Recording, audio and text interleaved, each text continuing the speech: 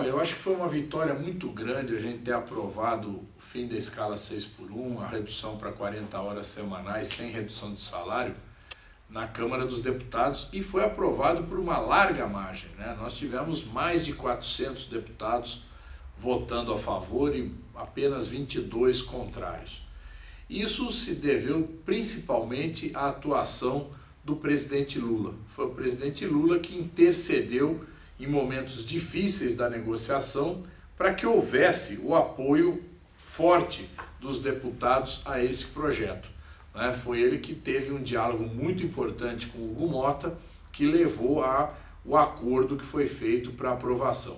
Então, essa atuação do presidente, combinada com a proximidade das eleições, nos deu as condições de aprovar e aprovar de uma forma muito positiva exatamente aquilo que a gente queria para esse texto.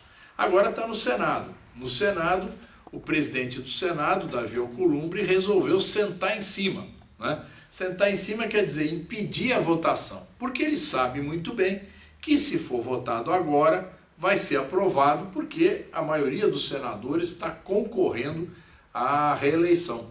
Então é evidente que ele procura evitar isso. Ele vai tentar empurrar. Nós vamos ter mais 2 semanas de atividade. Na semana do dia 10 de agosto vai ter sessões e na semana do dia 1º de setembro também vai ter sessão. Então são as 2 oportunidades da gente votar esse projeto e é fundamental que haja uma mobilização nas ruas e nas redes apoiando esse projeto.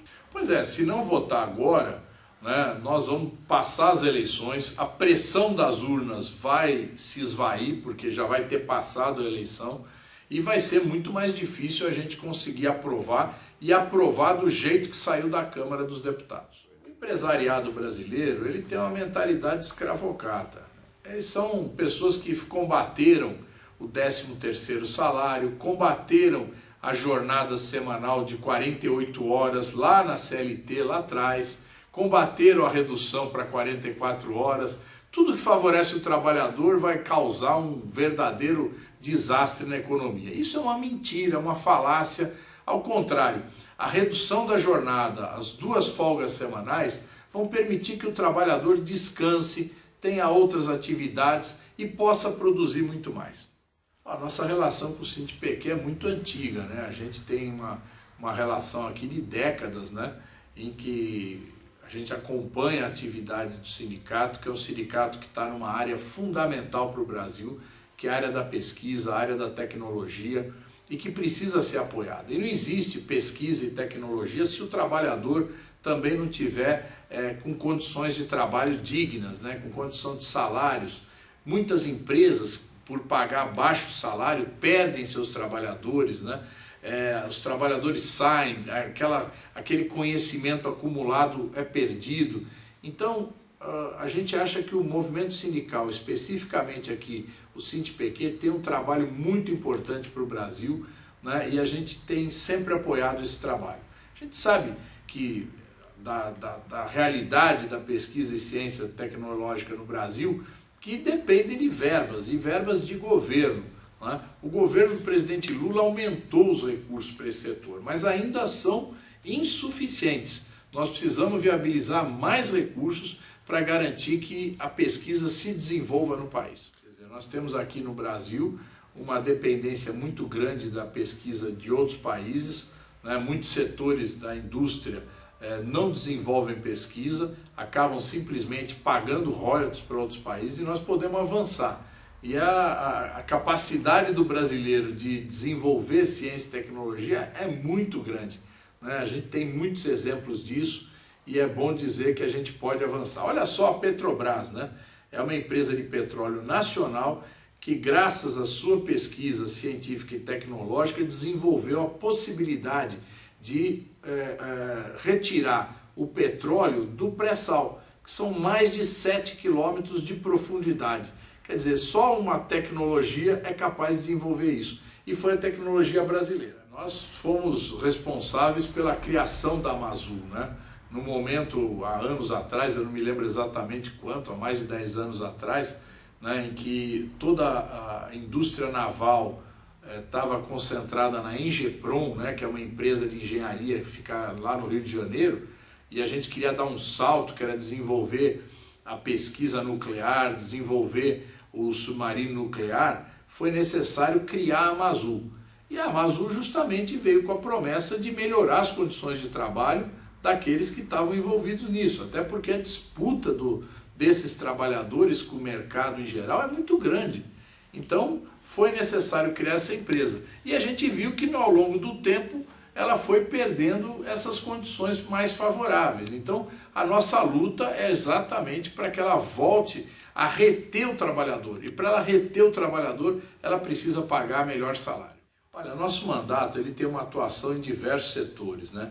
Primeiro, a gente defende muito a questão da soberania nacional. E por isso nós fomos contra a privatização da Eletrobras, a privatização da Petrobras, né? Nós enfrentamos essa batalha, né? Segundo, a gente defende também a democracia. E nosso mandato também lutou fortemente contra a intervenção dos militares na política, né? Que é um problema histórico do Brasil. E que nós precisamos resolver isso alterando o artigo 142 da Constituição Federal. Agora, nós também temos muito trabalho em relação ao desenvolvimento da indústria nacional, né? Não só aqui no caso que a gente já falou da ciência e tecnologia, mas também nós apoiamos, por exemplo, a indústria química, onde nós conseguimos estabelecer um regime especial de tributação para garantir a competitividade da indústria química nacional. E com isso nós garantimos que essa indústria, que é uma indústria de base, ou seja, nenhuma outra indústria funciona sem os produtos da indústria química, para que ela funcionasse e desse essa condição de soberania ao país. Agora, nós também temos feito uma batalha muito grande para reduzir a miséria no país. E para isso nós desenvolvemos vários projetos que estabeleceram políticas públicas. Então foi o caso do bilhete único no transporte, né, que foi uma política de muito sucesso. Nós fizemos o auxílio gás, que agora se chama Gás do Povo, que hoje beneficia 17 milhões de famílias. Fizemos a tarifa social de energia elétrica, que também é uma redução na conta de luz, um desconto para as famílias de baixa renda. Hoje, essas famílias, quando consomem até 80 kW, não pagam mais a conta de energia. E agora nós estamos lutando para aprovar um novo projeto, que é o aluguel social. O que é o aluguel social? É uma forma específica do Minha Casa Minha Vida, né, que hoje é um programa de venda de casas e apartamentos, mas a gente quer estabelecer também uma modalidade de aluguel, né, porque muitas famílias, quando chega na hora de assinar o contrato lá de compra e venda, elas não têm as condições, não têm documentação, estão com o nome sujo no Serasa, todas essas coisas. Então a gente quer estabelecer o aluguel social, né? Uma forma do Minha Casa Minha Vida, construir esses imóveis e alugar por um valor abaixo do preço de mercado. E aí muita gente fala, Zaratini, mas aluguel a pessoa nunca é dona do imóvel, né? Paga a vida inteira e nunca é dona. Então nós estabelecemos no nosso projeto que se essa família pagar durante 12 anos, ela ao final é dona do imóvel. Então nós estamos procurando sempre estabelecer políticas públicas que garantam melhor condição de vida para a população. Pois é, nós estamos vivendo um momento muito atrasado em relação a essa questão da regulamentação das redes sociais. Já está mais do que provado que é necessário que haja um controle sobre as redes sociais. Não um controle no sentido de censura política ou de censura de opiniões, mas no sentido de publicações que disseminam fake news, que disseminam comportamentos absolutamente inadequados, né, e que tem que ser combatidos, né? Estímulo ao armamentismo, estímulo à violência contra as crianças e contra as mulheres, isso precisa ser regulamentado. A gente está vendo que outros países, na Europa, por exemplo, estão proibindo a utilização de redes sociais por crianças e jovens, né? Nós ainda não discutimos isso aqui no Brasil, mas com certeza nós precisamos que haja uma regulamentação. Olha, a gente está vendo que as redes sociais são poderosas do ponto de vista econômico. Hoje, a maior parte da publicidade das empresas, ela se dirige para as redes sociais, né? Não é mais para a televisão, nem para o rádio, é para as redes sociais. Então elas têm um poder econômico muito grande, e esse poder econômico influencia na política.